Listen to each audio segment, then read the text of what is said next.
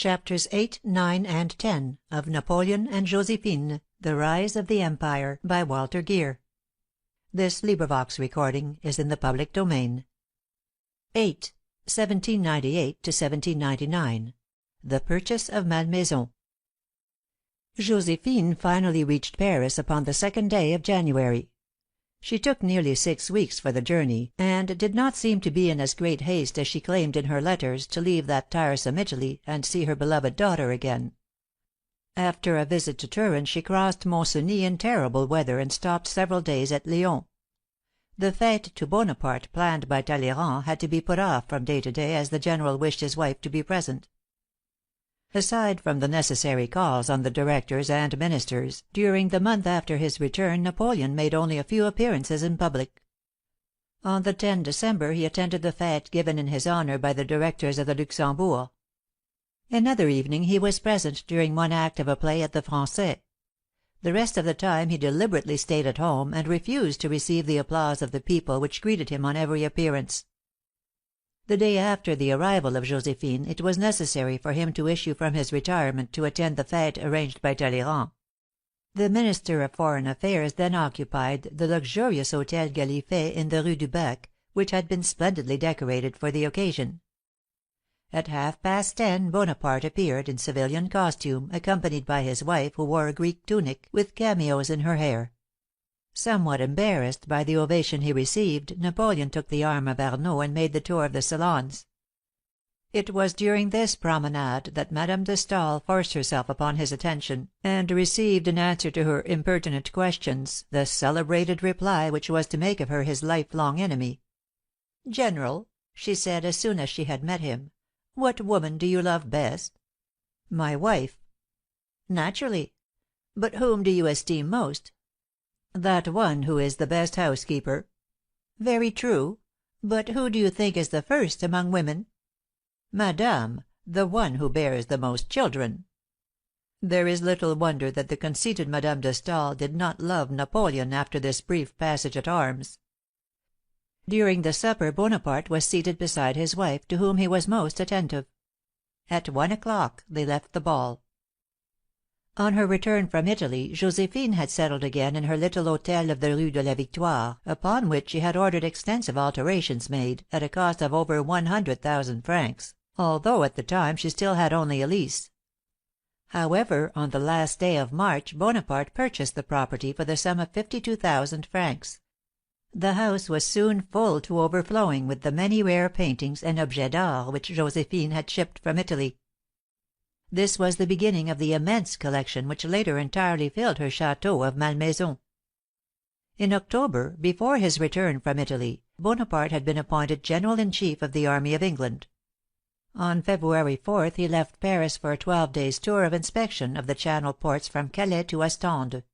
On his return he reported to the Directory that the proposed invasion of England was a most dangerous and difficult undertaking, and as an alternative plan suggested an eastern expedition which would menace the British trade with the Indies.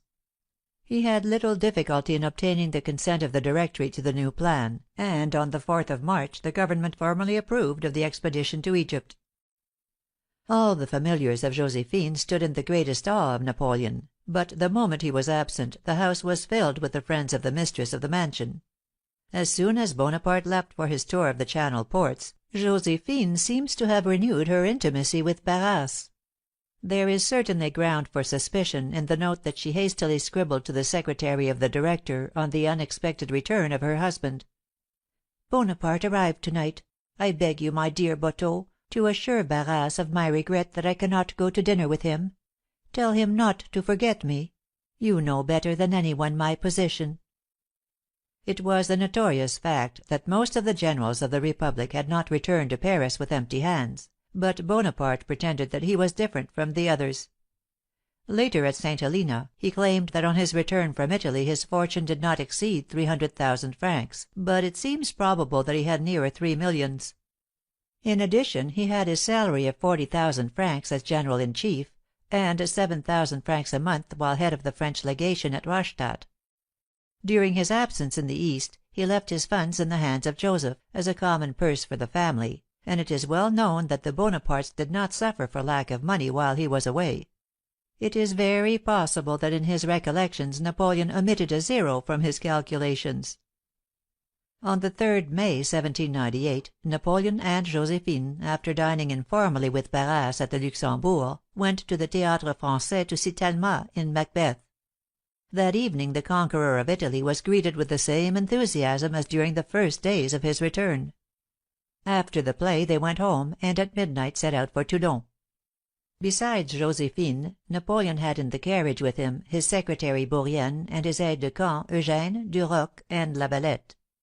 To escape the vigilance of the English spies, Napoleon had kept his plans entirely secret, and even forbade Josephine to go to St. Germain to say adieu to Hortense. Upon their arrival at Toulon, Bonaparte informed Josephine for the first time that he did not intend to take her with him, as he did not wish to expose her to the dangers and fatigues of the voyage, and the severity of the climate. In vain she pleaded that the voyage had no terrors for her after 3 trips across the Atlantic, and that the heat of Egypt could not affect a Creole. To console her, Bonaparte finally promised that as soon as he was well established in Egypt, at the end of 2 months, he would send for her the frigate Pomone, under the convoy of which she had made her first voyage from Martinique to France. Bonaparte knew that there was no time to be lost in setting sail, but the expedition was detained 10 days by contrary winds. Although he was not then aware of the fact, on the 2nd day of May Nelson had been detached from the fleet that was blockading Cadiz, to go in search of information regarding the preparations at Toulon. He arrived off that port on the 17th May, but was driven back by an adverse wind, and was not able to return until 10 days after the departure of the French expedition. Never was fortune more favorable to Napoleon. If the French fleet had encountered Nelson at any time during the long voyage of 6 weeks, it had not more than 1 chance in 100 of escaping absolute destruction. The adieux of Bonaparte and Josephine were very tender. The signal for departure was given, and before a strong northwest wind the fleet moved out of the port. Bonaparte was on the Orient, a vessel of 120 guns, and from a balcony Josephine with a glass followed her husband as long as the ship was in sight. After the departure of the expedition, Josephine did not return directly to Paris, but went to Plombières in the Vosges to take the waters. While there she met with a serious accident. A wooden balcony, upon which she was standing with several friends, gave way under them, and she fell 14 feet to the pavement below. Fortunately no bones were broken, but she was painfully bruised. Hortense was sent for at the school of Madame Campan, and nursed her mother during the convalescence. No sovereign was ever better cared for. Barras received the bulletins of her health drawn up by the resident physicians. All the authorities of the department called. Musicians brought from Epinal gave her serenades. Her rooms were filled with rare flowers. At Plombières she received the first news of the expedition, from the capture of Malta to the occupation of Cairo. She also learned from Bonaparte's letters that she must give up the idea of sailing to rejoin him.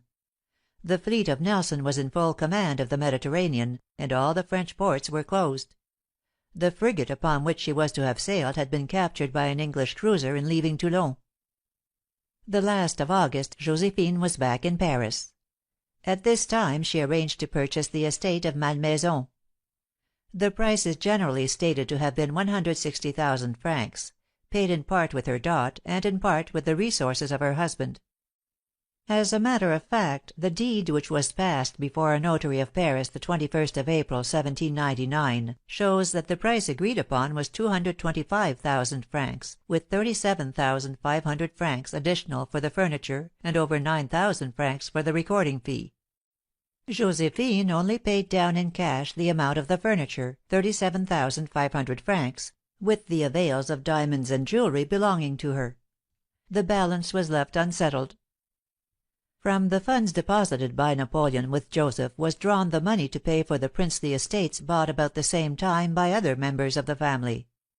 In Italy, Lucien purchased of a Roman princess an estate bringing in a revenue of 4,000 francs a year.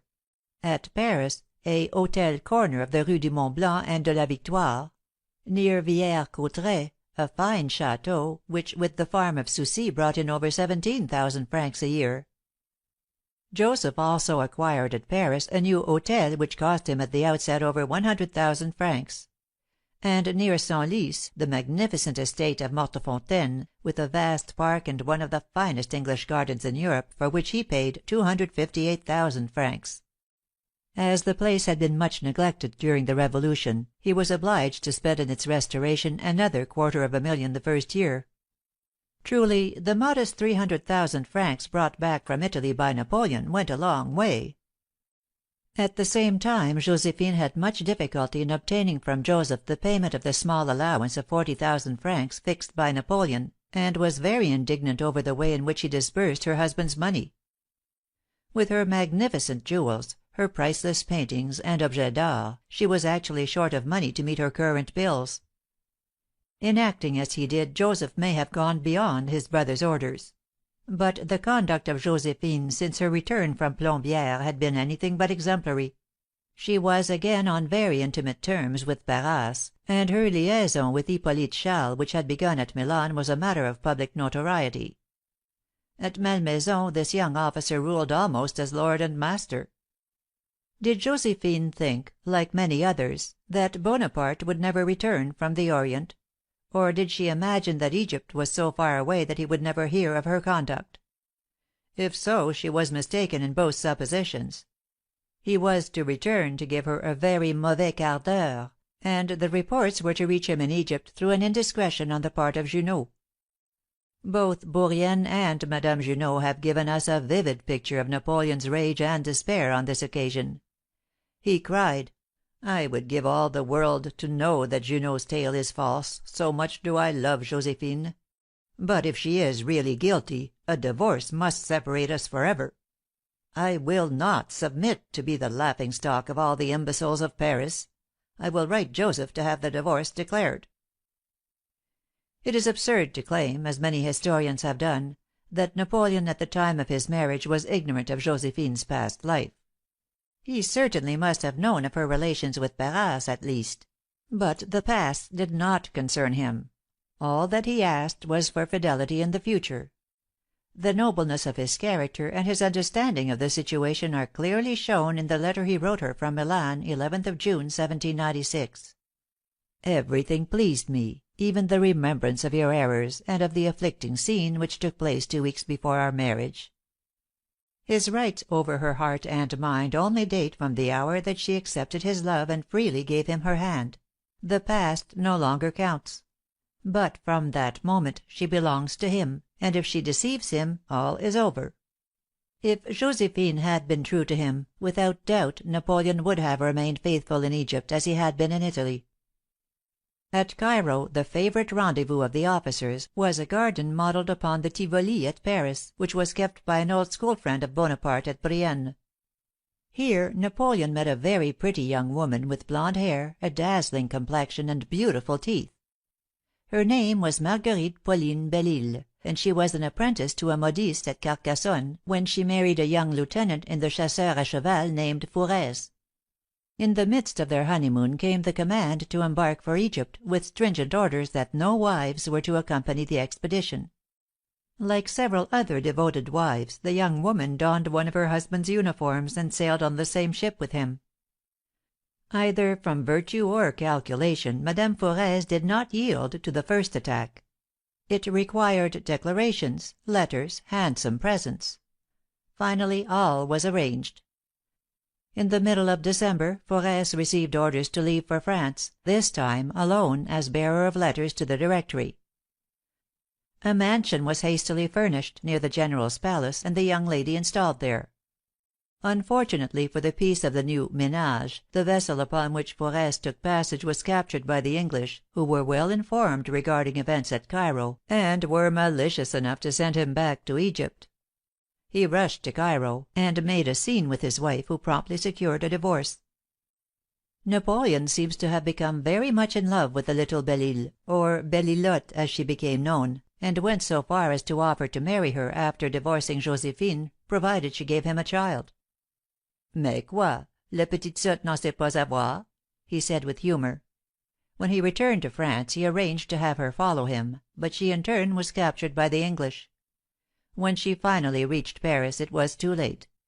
Napoleon was reconciled with Josephine, and the coup d'état of the 18 Brumaire had made him master of France.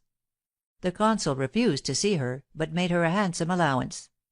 She was afterwards married again, separated from her husband, and lived to the good old age of 92 years, dying in March, 1869, during the last year of the Second Empire. 9. 1799. The return of Bonaparte. At midnight on Thursday, the 22nd August, 1799, Bonaparte embarked at Alexandria on the frigate Muron, which, with 3 other smaller ships, set sail at 5 o'clock in the morning. He was accompanied by Murat and Lannes, both recently wounded, as well as by Berthier, Bessières, Duroc, Lavalette, and Marmont. He also took with him Eugène de Beauharnais and his secretary, Bourrienne. He had the same good fortune as on his outward voyage. The English fleet had gone to Cyprus for repairs, and he slipped out unmolested. Contrary winds forced the little fleet to hug the African coast, and they only made 300 miles in 20 days. The English ships cruising between Sicily and Cap Bon were eluded. Then the wind changed and better progress was made. After a voyage of 40 days, Bonaparte entered the port of Ajaccio on the 1st of October. Here he was detained for a week by adverse winds. Finally, on the 7th October, he sailed for France. It was his last visit to his native island. At noon on the 9th of October, Napoleon landed at Fréjus, and at 6 o'clock started for Paris. His journey was one long ovation. At every city through which he passed he was received with transports of enthusiasm. After a stop of half a day at Lyons, where he attended the theatre, at midnight he again set out, traveling in a post chaise at great speed, not stopping by night or day. He reached Paris at 6 o'clock in the morning of the 16th of October, and went directly to his hôtel in the Rue de la Victoire, where, as upon his return from Italy, he found no one to receive him. Josephine was dining at the Luxembourg with Geer, the president of the Directory, when the news was received of the unexpected landing of Bonaparte at Fréjus. She had almost forgotten that he existed, and seemed to think that he would never return. But there was no time now for hesitation. She immediately set out to meet her husband, and tell her story before he had a chance to see his brothers. She naturally took the usual route by Dijon and Mâcon, but Napoleon was traveling by way of the Bourbonnais, and she did not meet him. On her return to Paris, a few days later, Bonaparte locked his door and refused to see her. His brothers had taken advantage of her absence to tell Napoleon the story of her conduct, and he was fully resolved upon a divorce. For a whole day she knocked in vain, and cried and sobbed before the closed door. Finally, at the suggestion of her maid, she sent for Eugène and Hortense, who joined their supplications to those of their mother. The door at last was unlocked, and Bonaparte appeared with open arms, his eyes wet with tears, his face convulsed with the long and terrible struggle which he had had with his heart. When his brothers appeared the next morning they found that all had been forgiven and forgotten. Notwithstanding all of Josephine's indiscretions, Napoleon was wise to abandon the idea of a divorce, which would have interfered seriously with his plans. He did well to disregard the advice of his family, who had always disapproved of his marriage and done their best to bring about a rupture. During his absence, in spite of his orders to Josephine not to mingle in public affairs, she had manoeuvred like a skilled diplomatist, and had well prepared the way for his return. Although her relations with Barras had now ceased, she was on very cordial terms with her former admirer, as well as with Geer, the new president of the Directory. Her salon was also frequented by Talleyrand, Fouché, Cambacérès, and many others whose support was essential to the success of his plans. It is possible that without the assistance of Josephine, Napoleon might never have become emperor. When Napoleon pardoned Josephine, it was in no half-hearted way.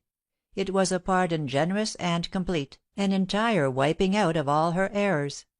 He had the remarkable faculty, when his confidence was renewed, of no longer remembering, of suppressing in his marvellous memory all recollections of faults which he did not wish to punish. Not only did he forgive his wife, but a virtue even rarer, he disdained to punish her guilty accomplices, and never stood in the way of their advancement in life. He was equally generous in the payment of the enormous debts contracted by Josephine during his absence. He gave her the money to complete the purchase of Malmaison, and settled with the decorators their account of over 1,000,000 francs, which, after careful scrutiny of the bills, he reduced by one half for overcharges and articles not actually furnished. On the 12th November he also paid over 1,000,000 francs for the national property in the department of the Dial, which she had contracted to purchase. 5 years later this estate was to furnish the dot for Adèle, the natural daughter of Alexandre de Beauharnais, when Josephine arranged her marriage with a Captain Lecomte. A husband willing to pardon his wife's infidelity, and at the same time pay over 2 millions of her debts, is one not often found, and if Josephine was incapable of fully appreciating such generosity, she, at any rate, up to the time of her divorce, gave no further grounds for public scandal. In her own words, she was too much afraid of losing her position.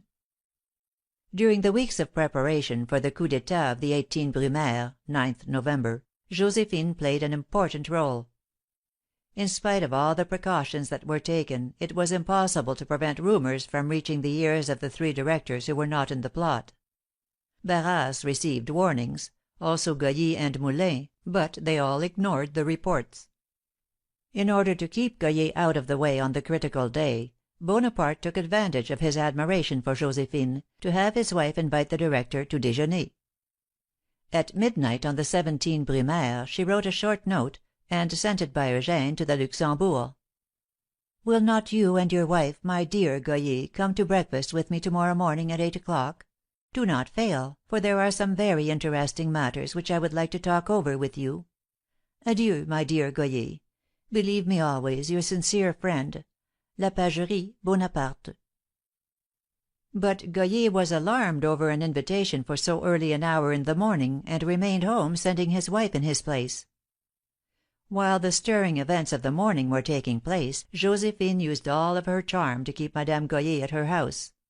The wife of the director finally succeeded in making her escape, and with some difficulty reached the Luxembourg through the streets thronged with spectators and encumbered by the movements of the troops. As a profound secret, Josephine had informed her visitor of the intention of Talleyrand to see Barras and demand his resignation. This information led Goyer to think that only Barras was to be eliminated, and from that moment he made no further efforts to oppose the plans of the conspirators. So this little plot did not entirely fail. Late in the evening Bonaparte returned from the Tuileries to the Rue de la Victoire, and gave Josephine a full account of the events of the day. The night passed quietly. Lannes guarded the Tuileries, and Moreau the Luxembourg. The troops occupied all the strategic points of the capital. The theatres were crowded, as usual. Without, the rain fell in torrents, and the streets were practically deserted. On Sunday morning, the 19 Brumaire, the air was clear and cool after the storm of the night before. At dawn the troops began their march from Paris to St. Cloud, where the councils were to meet at midday. The "army of generals" gathered at Bonaparte's house to receive his final orders. He soon appeared upon the steps of the hôtel in his uniform of general, wearing the little hat which was already legendary. Entering his carriage with his aide de camp, he set out for St. Cloud, escorted by a small detachment of cavalry. The day was long and tiresome, and for many hours the result was in doubt.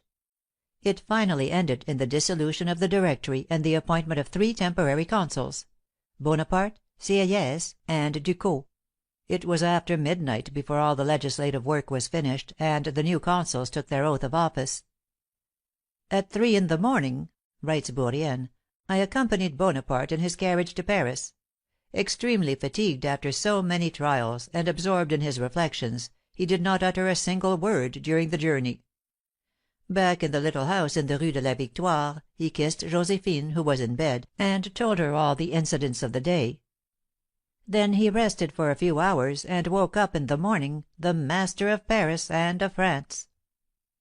The day following the 19 Brumaire, the 11th November by our calendar, was a Décadi, or Republican day of rest. At 10 o'clock in the morning, Bonaparte, dressed in civilian costume, left his house, and in a carriage escorted only by 6 dragoons, proceeded to the Luxembourg, to join his 2 colleagues and set the new government in operation. During the course of the day Josephine also left the little hotel in the Rue de la Victoire and moved across the Seine. In all but name the little Creole was now sovereign of France. 10. 1800. The Consular Court. At the Petit Luxembourg Napoleon occupied the former apartment of Moulin on the ground floor, on the right as you enter from the Rue Vaugirard. His cabinet was near a private staircase which led to the first floor, where Josephine was installed in the old quarters of Goyer. The dinner was served at 5 o'clock, and the table was always set for 20 persons. Josephine did the honors with her usual grace. If Bonaparte was tired or absorbed and refused to talk, no one felt neglected. Since the rude shock which she had received on the return of Bonaparte, Josephine had conducted herself with so much tact that she had entirely regained her former place in his esteem. She was no longer loved with the same blind devotion, but she had become a very important element in the new consular court. By nature and by experience, she was admirably adapted to serve her husband's interests in rallying all parties and all factions to the support of the new government. The nobles of the old regime, who had frequented the hotel in the Rue Chantraine, such as Caulaincourt, Juste de Noailles, and Ségur, began to encounter in her salon at the Luxembourg men of the Revolution like Monge, Réal, and Cambacérès. No one was received except upon a written invitation, and formal notice was served by Bonaparte that the dress, or rather undress, of the ladies who frequented the court of the Directory would no longer be tolerated. In the Moniteur appeared a report worded as follows: "During the month of December past, there was a large assembly at the Luxembourg. When every one was in the reception room, Bonaparte ordered the servants to make a large fire. He even repeated this order 2 or 3 times.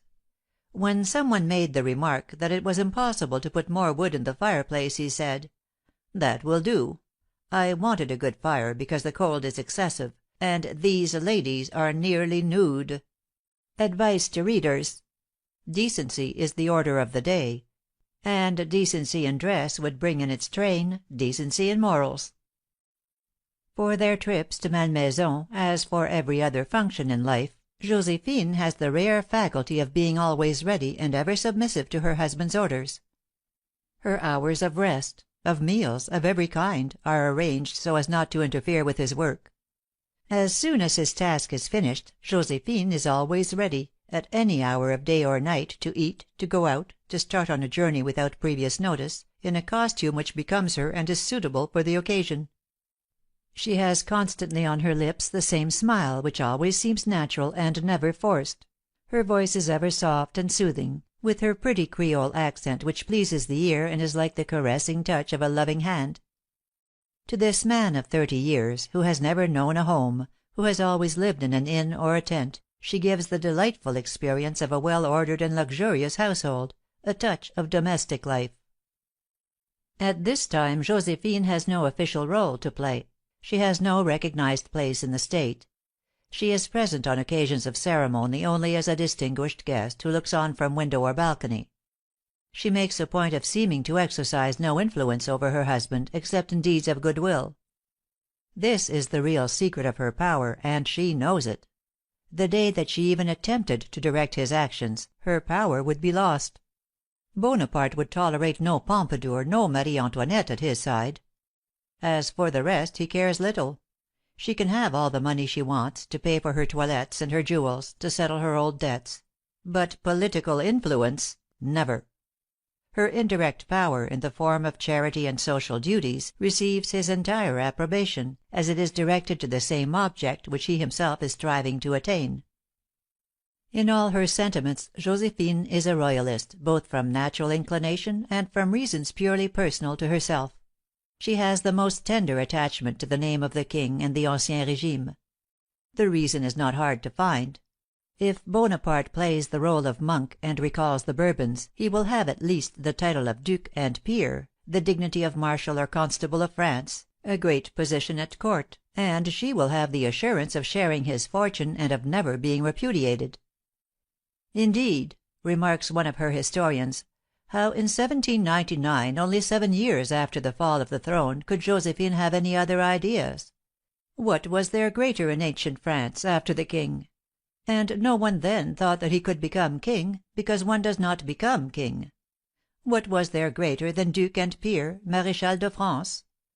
What was there higher than these dignities to which, in the most dizzy dream of ambition, a private individual could aspire?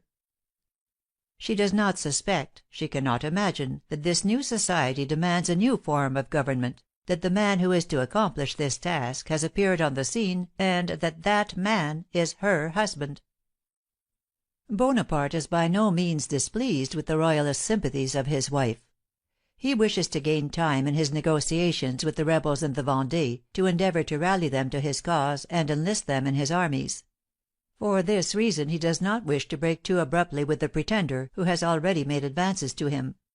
He knows that the émigrés are only too anxious to return to France and recover at least a part of their property. Josephine is practically the retained advocate of the Royalists and the émigrés, and the favors which she solicits and is accorded, one by one, are not calculated to excite the alarm of the purchasers of the national property, or arouse the wrath of the Jacobins. Little by little this immense social force lost for the France of the Revolution will flow back from every part of Europe towards the France of the Consulate, and bring back with the habits of courtesy and elegance, administrators for the departments, magistrates for the superior courts, diplomats for the legations, officers for the troops, causeurs for the salons, personages for the court. Bonaparte feels that the glory of the past, represented by illustrious names, is necessary to the splendor of the future; and to create a France worthy of the destiny which he prepares for her, he has need of all her children. Without in the least suspecting the fact, Josephine thus played a most important role in that policy of fusion which was one of the greatest principles of Napoleon's administration, and one which specially characterized it. On the 20th January, 1800, at Mortefontaine, was celebrated the marriage, by civil forms only, of Caroline Bonaparte and Joachim Murat. According to Madame Récamier, Caroline, although not so beautiful as her sister Pauline, was very attractive.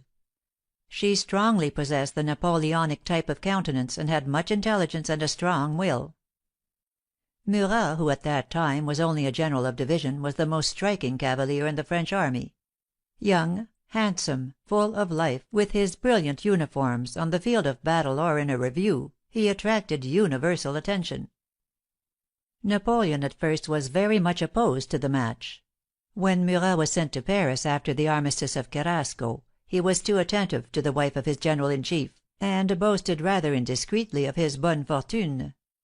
Later he fell in love with Caroline during her visit to Milan, and was accepted by her.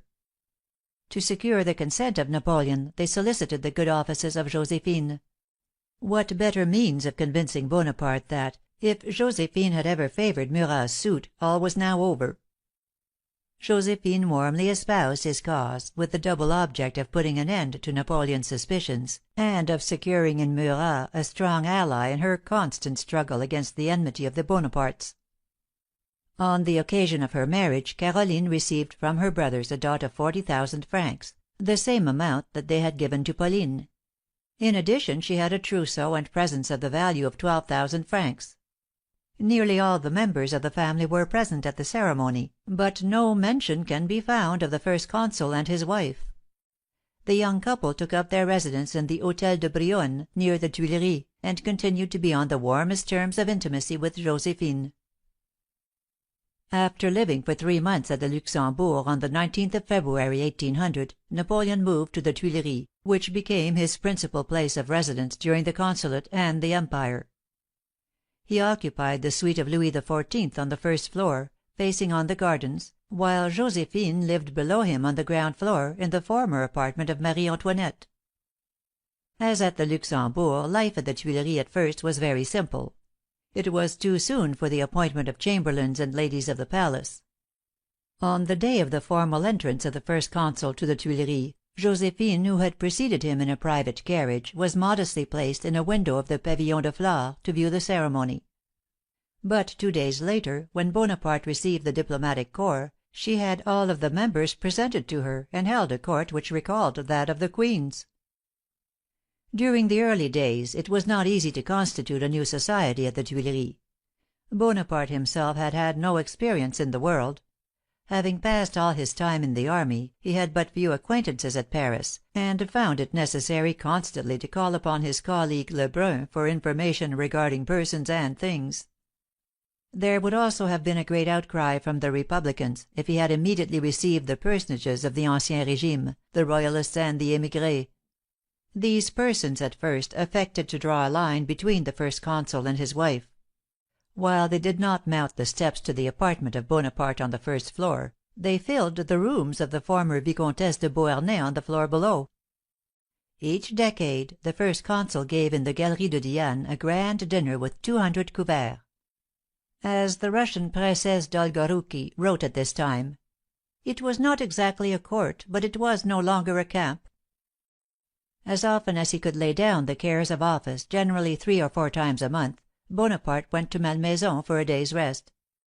This estate, purchased by Josephine during his absence in Egypt, had become his favorite place of recreation.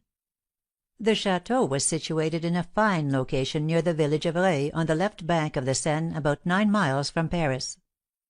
The building, which has recently been restored and presented to the State as a museum of Napoleonic souvenirs, consisted then as now of 3 stories, with a plain façade and a tile roof. On the ground floor, at the left of the large vestibule, were the dining room, the council chamber, and the library; in the other wing, the billiard room, the boudoir, the salon of Josephine, and the gallery. From the library there was access to the garden by a little bridge thrown across the moat which runs along this side of the château. From the billiard room there was a staircase to the first floor.